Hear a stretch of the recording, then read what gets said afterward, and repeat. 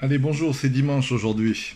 Alors, on a une belle journée, il y a un petit rayon de soleil, on est en plein confinement et c'est peut-être le moment de commencer à parler du bonheur. On va faire une petite vidéo aujourd'hui sur le bonheur et on va voir que il y a peut-être une manière d'envisager le bonheur qui fait que on pourra s'apercevoir qu'on a plus de bonheur que ce qu'on pense au départ dans sa vie. Donc, je vous demande de me rejoindre sur ma chaîne. À tout de suite. Voilà, j'ai deux histoires à vous raconter. La première, elle m'avait vraiment interloqué. C'était il y a une bonne quinzaine d'années. C'était l'histoire d'un PDG qui venait de vendre sa boîte. Il avait vendu à l'époque, on était encore en francs, il y a peut-être même 20 ans.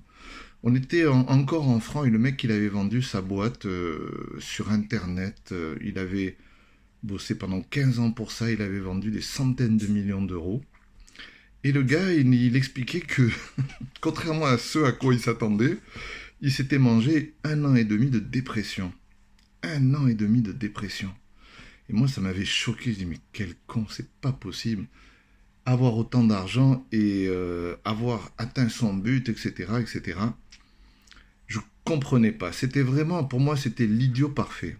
Et un jour, j'ai entendu, deuxième histoire, j'ai entendu une interview de Brad Pitt. Et Brad Pitt, il disait, je me suis fait couillonner par Hollywood. J'ai fait, ouais, toi t'es couillonné, mais t'as toutes les filles autour de toi, t'es bourré d'oseille, t'es riche, t'es célèbre, tu vis dans une villa californienne, laisse tomber la neige, etc., etc. Et il dit, toute ma vie, toute ma carrière, pendant toute mon ascension, on m'a vendu le fait que le vrai bonheur, c'était d'être riche et célèbre. Alors moi, j'ai cravaché comme un malade, et maintenant je suis riche et célèbre, et ben je peux vous dire que c'était pas vrai. Je me suis fait couillonner, il disait, carrément comme ça. Waouh!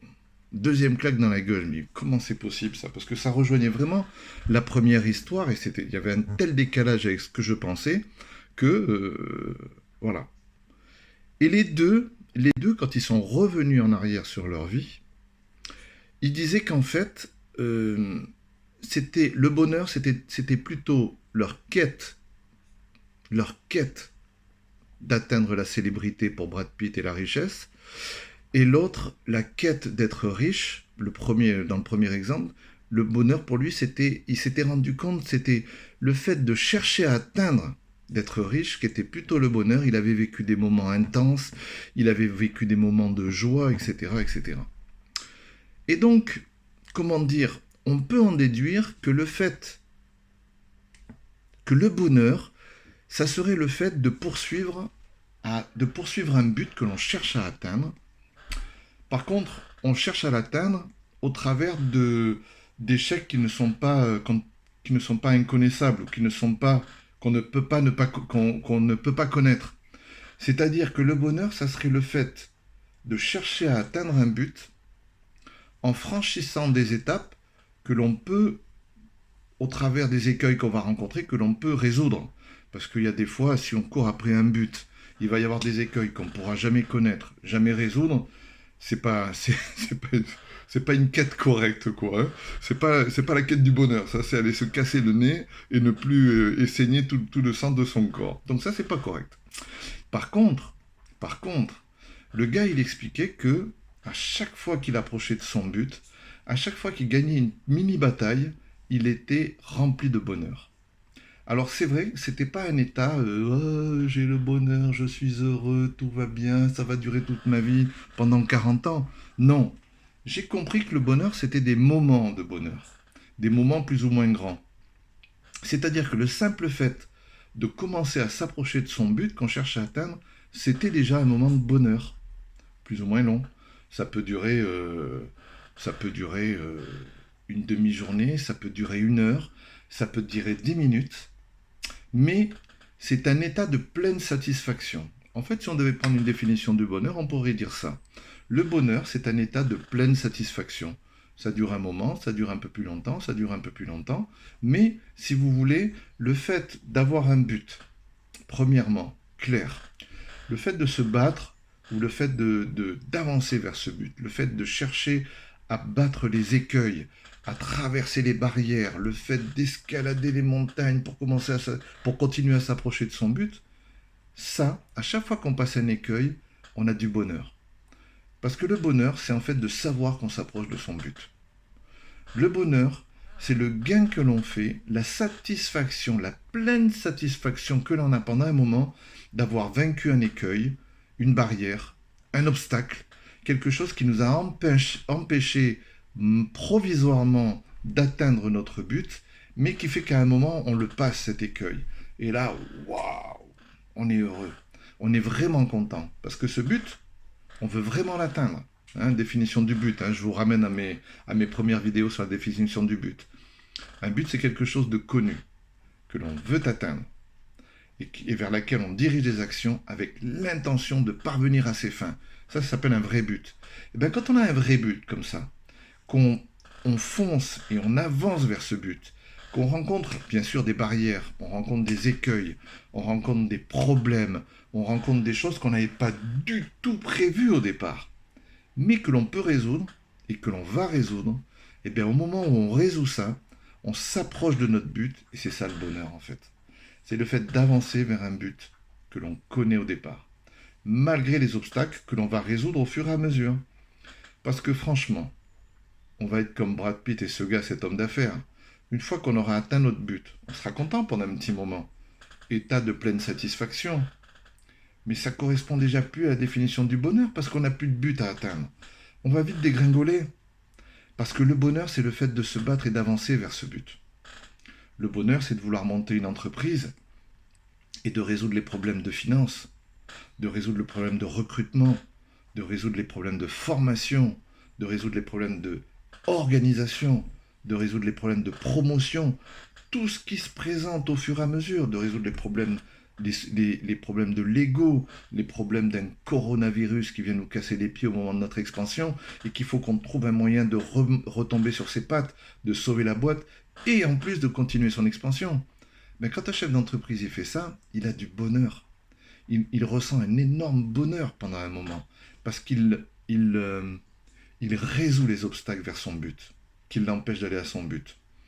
Mais une mère de famille, quand elle apprend une leçon à son gosse, parce qu'elle a le souci d'avoir un gosse qui s'en sort bien dans sa vie, qui est dégourdi, qui est autodéterminé, qui est libre, et qui peut déterminer librement ses choix, une mère de famille, elle peut avoir ce genre de but par rapport à son petit.